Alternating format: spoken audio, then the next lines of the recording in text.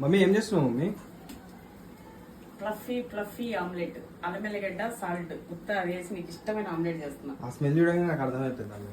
చిన్నప్పటి నుంచి ఒకటే స్మెల్, తరతరాల ఒకటే టేస్ట్, వాసన లాగా, తరతరాల టేస్ట్ లాగా.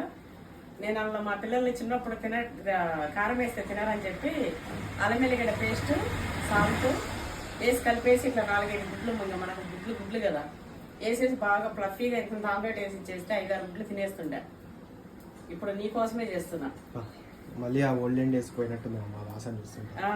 నిజంగా నా స్మెల్ అయితే మారదు అసలు. అవును మమ్మీ, ఏం చేసేది చూసినావు నా ఆమ్లెట్ ఎంత బాగా వచ్చింది.